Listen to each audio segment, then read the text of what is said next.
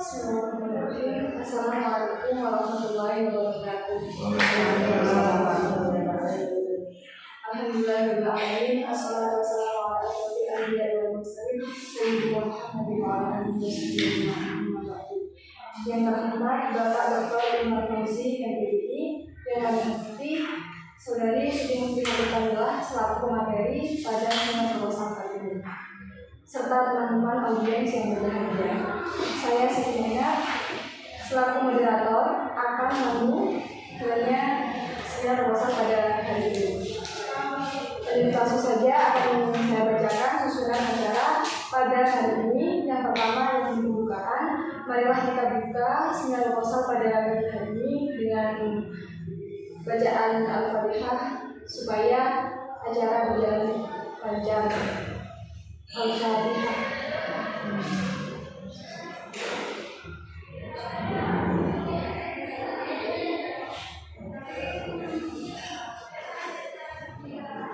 Acara selanjutnya yakni pemaparan materi seminar proposal dari Saudari Siti Mufidah. Waktu dan tempat dipersilakan. Bismillahirrahmanirrahim. Assalamualaikum warahmatullahi wabarakatuh. Bismillahirrahmanirrahim. Wassalamualaikum warahmatullahi wabarakatuh.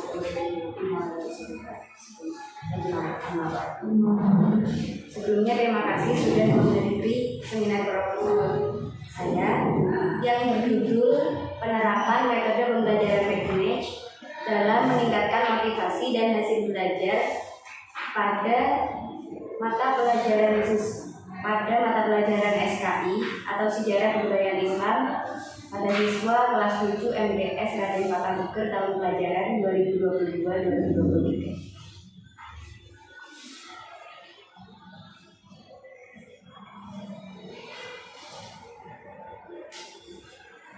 Sebelumnya yang pertama yaitu pasti kalian menebak-nebak apa sih metode Make itu. Metode Make itu yaitu metode yang menggunakan kartu berpasang-pasangan.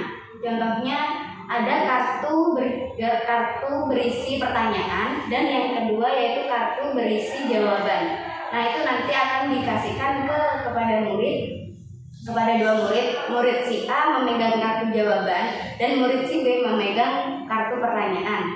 Dan nanti mereka akan saling mencari pasangan mereka itu sendiri, pasangan dari kartunya. Setelah mereka menemukannya, mereka akan berkelompok dan berdiskusi. Misalkan ini di kelas 7 MTS itu pada saat itu hijrahnya Nabi ke Madinah. Jadi misalkan di pertanyaannya itu siapa yang menggantikan Nabi Muhammad di kasurnya saat mau hijrah?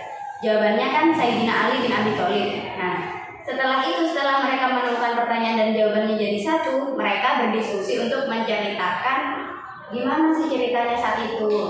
Nah, setelah itu nanti itu mereka visi-visian. Dulu-duluan mau siapa dulu yang mau maju mau menceritakan itu, nanti mereka akan dapat hadiah berupa uang biasanya di MTS Raden Fatah. Itulah kenapa keunikannya di MTS Raden Fatah ini mereka semangat. Padahal SKI ini tahu lah semuanya, pelajaran SKI itu membosankan, ngantuk lah. Intinya itu nggak menarik sama sekali SKI ini. Tapi berhubung karena ada metode Make ini, makanya mereka itu lebih tertarik dan lebih minat, mulai menyukai SKI sejarah. Ya terutama sih sebenarnya yang di SKI ini tuh menghafal nama tokoh dan menghafal tahun-tahun. Pasti bingung. Kok tahun ini? Pastinya gitu kan. Tapi berhubung ini dimudahkan dengan adanya metode ini. Bukannya untuk menghafal tapi untuk sekiranya tuh mereka paham dan bisa mengerti dan menjelaskan kepada teman-temannya. Jadi di sini di metode Make ini mereka bisa meningkatkan motivasi mereka sendiri dan sehingga bisa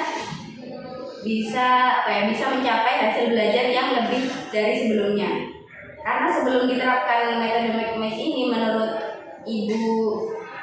Ibu Haja Kartini, di MTS ini tuh yaitu SKI itu gak ada martabatnya sama sekali ibaratnya, karena gak ada yang suka SKI. Tapi berhubung karena sudah ada ini, kalau katanya Bu Kartini ini sedikit lupa, beliau bilangnya 2014, sekitar 2014 mulai diterapkan metode McMatch ini.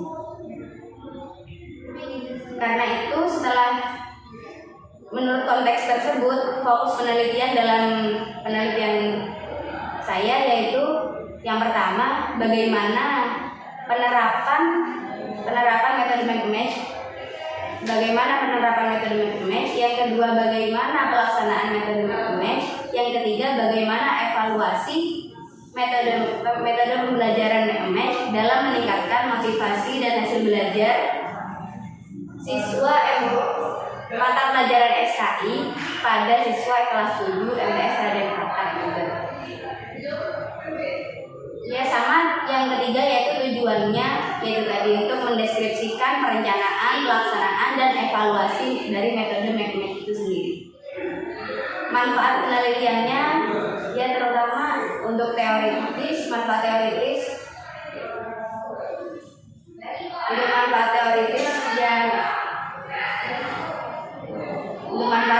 dan manfaat bagi saya sendiri, tentunya bagi kampus dan bagi lembaga.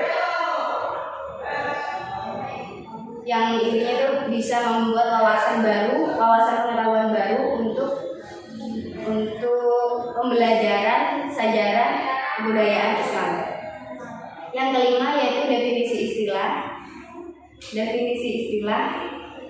Yang pertama yaitu metode McMatch yang sudah saya jelaskan di awal tadi di konteks penelitian. Sama yang kedua yaitu motivasi dan hasil belajar.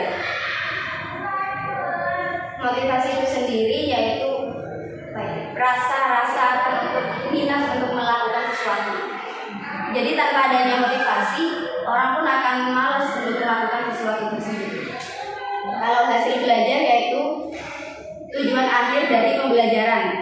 Setelah kita belajar dan adanya penilaian, maka adanya lah itu hasil belajar.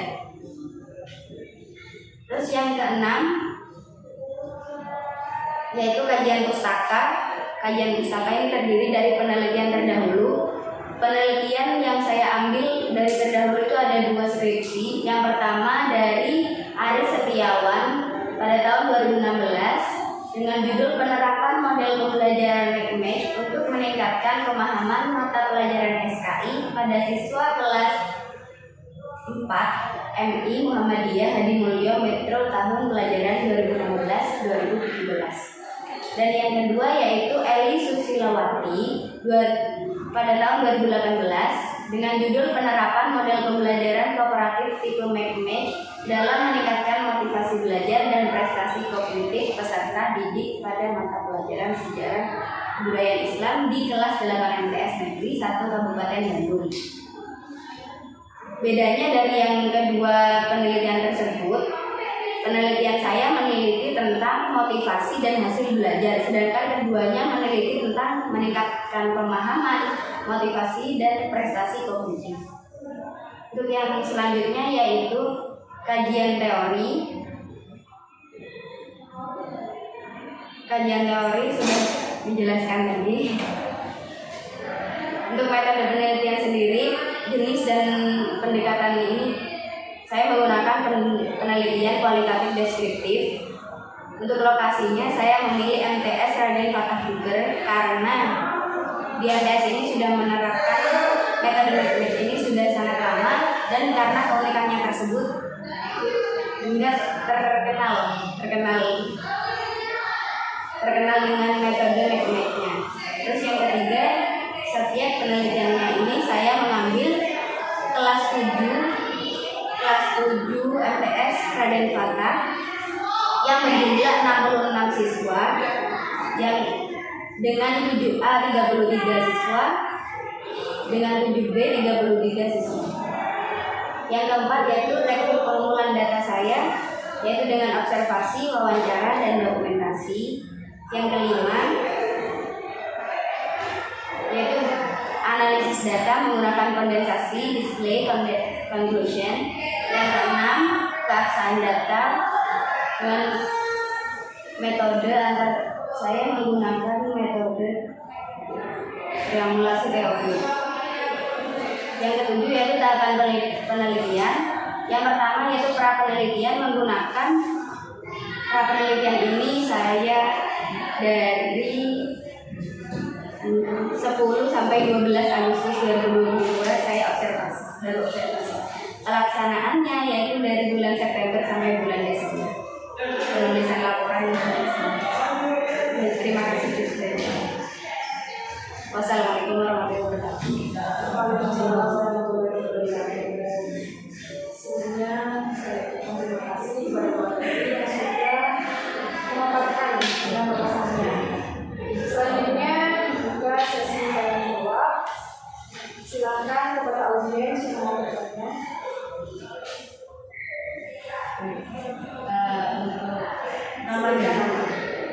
Nama Raminin Mei 2019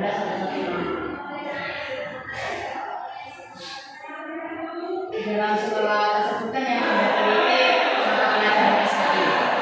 Selain mata pelajaran SKI, apakah mata pelajaran yang lain juga menggunakan metode matching atau hanya pembelajaran SKI saja? Namun apa keunikannya metode match dari metode yang lain?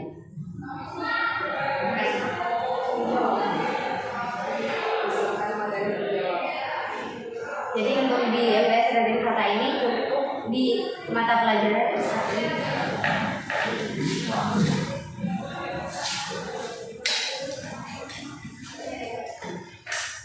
Cukup di mata pelajaran SKI saja yang menggunakan metode matching karena di mata pelajaran yang lain anak-anak itu suka dan sudah termotivasi dengan mata pelajaran yang lain, seperti contohnya kayak Fikih kan banyak praktek ya, lebih ke praktek sholat, praktek apa mereka suka. Kalau akidah juga mereka juga suka. Terus kalau di SKI ini yang kurang emang dari dulu, dari zaman saya MTS itu emang sudah kurang di SKI. Tapi berhubung karena dimasuki dengan metode match ini, mereka jadi semangat. Terus bedanya apa kok? Kenapa kok harus metode match ini kan yang dipakai dalam SKI gitu? Nah kalau misal biasanya kan guru dulu itu pasti pakainya itu metode ceramah, metode storytelling, yang metode dulu intinya. Terus kalau yang metode storytelling itu sampai gini, guru mata pelajaran SKI itu sampai gini. Saya lalu kalau dongengin anak-anak itu sampai mimiran lambe, seneng anak-anak itu seneng cerita, tapi ya kan gurunya juga yang capek kalau gitu. Jadi kan menggunakan metode yang sekiranya itu anak-anak itu bisa aktif gitu, bisa bukan guru itu cuma sebagai penyedia materi, tapi yang menjelaskan materi itu anak-anak. Bagaimana apa yang bisa dilakukan? Mungkin ada satu pertanyaan lagi dari audiens.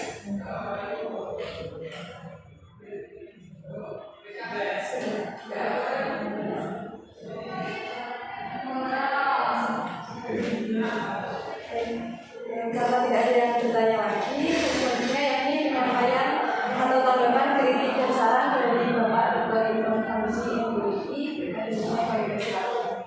Terima kasih. Assalamualaikum warahmatullahi wabarakatuh. Waalaikumsalam warahmatullahi wabarakatuh. Selamat Mbak Muklihatul Jamila ya, telah melalui tahap seminar besar ini termasuk singkat ya, ada dua kali ketemu langsung seminar. Apa yang ingin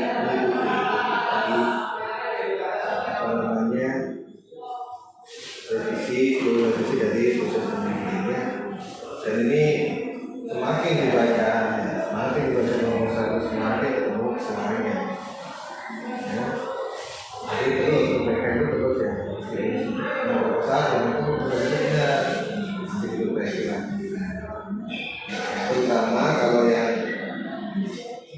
milik Mbak Iha ini kutipan-kutipan itu loh ya. Cara mengutip yang benar itu tolong diperhatikan betul buku pedoman yang baru 2021 ya. Jadi kalau kutipan sama ya, ini misalnya ya, Aslan dan Suhaili betul, kemudian Kalimantan dan seterusnya lengkap ya. Kemudian dikutip lagi persis di bawahnya, tidak perlu judul, nama, koma, halaman. Ini ya. Jadi tidak usah judul, kalau persis di bawahnya itu namanya penggantinya ibid. Nama langsung koma, halaman itu penggantinya ibid. Nah, kalau di sisi B nanti muncul ini misalnya ya Aslan, nanti di bagian mana muncul lagi baru dengan judulnya. Begitu, beda. Kalau persis sama nama saja. Ini yang persis sama kayak atasnya, nama saja. Nanti kok ada Aslan lagi mungkin di bagian mana ya, baru muncul judulnya. Tanpa penerbit, kalau penerbit sudah muncul di bagian awal. Begitu-begitulah kayak begitu kan banyak sekali lah. Artinya yang nggak saya korek belum tentu tidak salah, ya kan?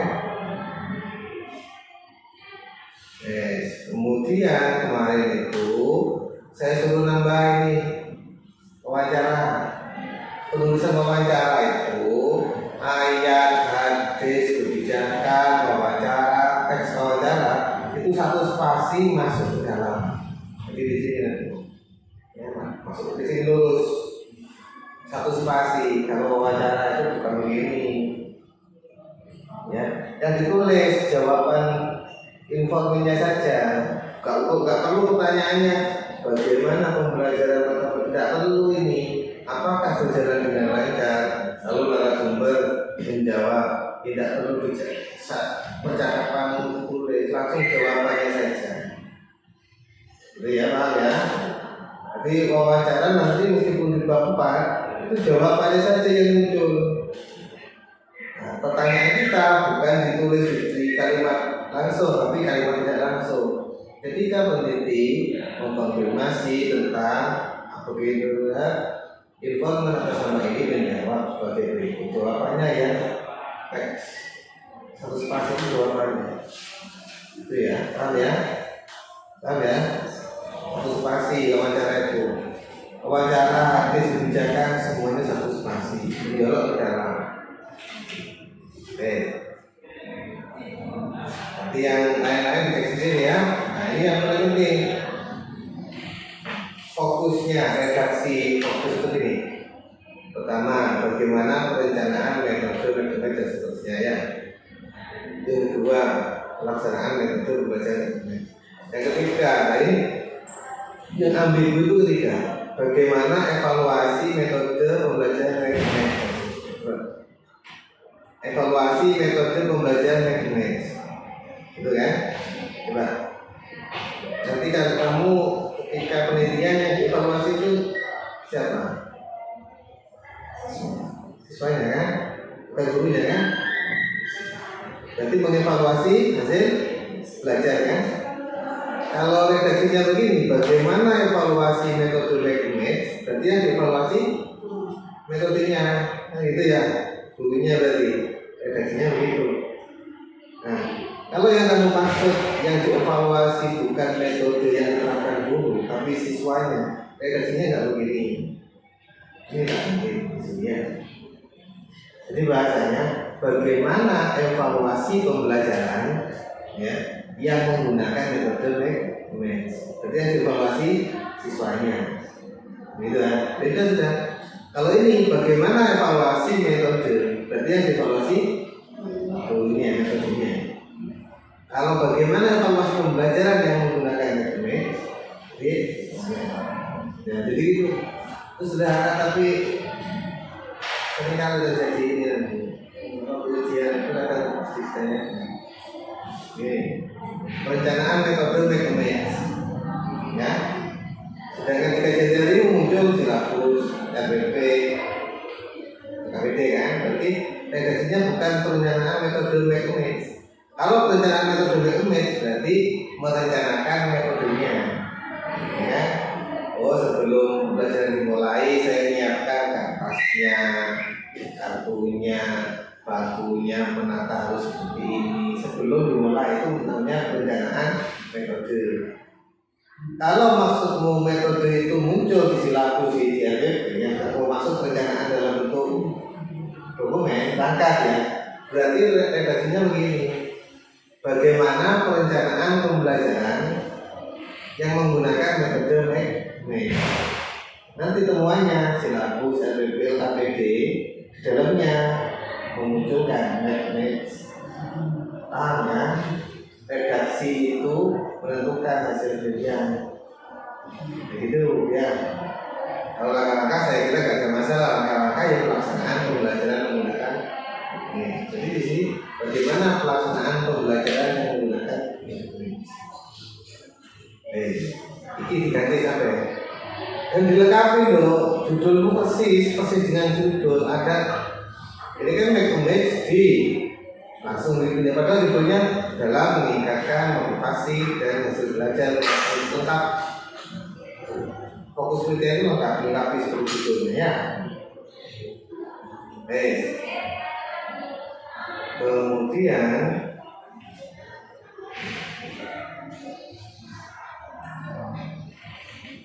ini tolong di kajian teori itu kasih contoh gambar kartunya kayak apa. Kartu Meg itu kan pasangkan gitu kan. Dan di sini di foto atau taruh di sini contoh kartunya kayak apa. Yang SKI ya. Sebelum di Google berarti mata pelajaran lain jangan muncul itu. Yang SKI kayak apa? Contohnya saja sebenarnya. Dua pasang lah. Gitu ya. Kemudian ini judul kok di tengah dia nggak usah. Ya, mereka dimunculkan pun ya jangan tebal begini ya di tengah. Ya. Kemudian kalau teori macam-macam saya kira baik ya. Ini loh. Penulisan daftar pustaka semuanya tolong diperbaiki semuanya ya. Coba ini punya ini kan tak kasih buku pedoman yang baru kan? Dibuka buka. Daftar pustaka itu tahunnya yang baru ada di depan atau di belakang. Beda ya, 2020 dan 2021 sudah beda. Bukan silakan. Membuat daftar pustaka tahunnya di depan atau di belakang. Tolong diperhatikan betul ya. Titik komanya vital tidak miring atau tidak itu aku di bangku pipa itu ada foto terus ada daftar pusakanya di mana, fotonya di mana, daftar pusakanya di mana itu ada. Daftar pustaka di belakang. Nah, ya. Namanya dibalik kan tuh? Dibalik, terus judul kalau buku miring, kalau jurnal tidak miring tapi tanda kutip, terus titik kan? Titik kota. Nah, tempat terbit, titik 2, penerbit, koma, tahun. Ya, punya tahunnya di depan, ya kan? Kalau pedoman yang lama di depan, tapi kalau pedoman yang baru itu di belakang. Pak Iwan termasuk ini di paham, ya. Itu kalau buku miring judulnya, kalau jurnal yang miring bukan judulnya, tapi nama jurnalnya. Judulnya tanda petik. Ini nama-namanya tidak ada yang dibalik, ada dibalik ya. Ini kan dibalik ya semuanya ya. Semuanya diperhatikan ya. Ya 2 orang dibalik dan yang nama akhirnya yang tidak dibalik. Nama penulis kedua nggak bisa dibalik. Yang dibalik hanya penulis pertama. Ini Quran kemenang aku. Yuk masuk ini mesti coba di situ ada itu kemenang RI Al-Quran itu. Maka udah di mana itu ada loh. Ya. Nah kalau nama Kemenak RI ya dibalik. Kemenak RI jadi RI Kemenak. Kemendikbud RI jadi RI Kemendikbud itu bukan begitu ya. Nama lembaga itu jangan dibalik. Oke, beritahunya di belakang semua ya. Tanpa kurung, tanpa kurung. Ya, ada kurungnya nggak? Nah ya itu, kian kurung di sini. Ya, kalau yang wawancara itu tidak usah daftar pustaka. Namanya daftar pustaka. Jadi pustaka itu berarti ya buku, jurnal, referensi. Wawancara bukan pustaka loh. Ya kan? Nah, wawancara itu nanti di bagian akhir ada daftar wawancara atau daftar bukan yang tradisional. Jadi sama dengan nanti jurnal penelitian sama kayak itu. Wawancara siapa tentang kan begitu biasanya cukup itu tidak perlu dimasukkan ke daftar pustaka. Yang perlu masuk itu tapi yang ini tidak masuk. Ya, lagi observasi tidak usah. Itu ya kita. Oke, dikali-kali ya. Itu pada semua kan tahunya. Nah, terus rata kiri kanan ya. Kontrol A, kontrol C itu rata kiri kanan biar rapi. Oke, pada semua. Gitu ya, ya, tekan. Baik, yang belum ada ini adalah instrumen penelitian,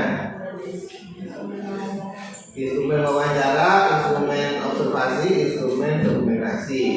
Coba pedomannya tutorialnya disimak ya dari saya ya. Kita itu ya, ada kan? Coba di sudah saya kasih nyimpen dah. Iya yang ini tentang instrumen, ada kan? Terus itu disimak ditambahkan di sini. Jadi ini tidak bisa dibawa lagi disimpan, yang lama disimpan. Kembali lagi ke saya bawa ini ya. Dan langsung bab 1, 2, 3 plus instrumen. Paham ya?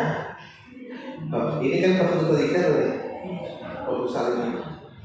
Jadi revisinya langsung dalam untuk bab plus instrumen. Baru kalau sudah itu silakan ini ya. Kalau sudah saya ngomong oke, angkat. Ya, biar efektif. Mungkin itu aja. Terima kasih. Sebagai wawasan juga untuk kepada teman-teman yang lain yang belum ya. Sebagai inspirasi yang belum segera menyusul, yang sudah lulus yang sudah menyusul segera lanjut S2. Begitu ya. Itu saja. Terima kasih. Mohon maaf apabila saya kurang. Semoga bermanfaat. Assalamualaikum warahmatullahi wabarakatuh. Waalaikumsalam warahmatullahi wabarakatuh. Terima kasih Bapak Ketua Bidang Polisi MPDI atas ilmunya. Marilah kita akhiri sinar masuk pada hari ini dengan bacaan yang bersama. Alhamdulillah.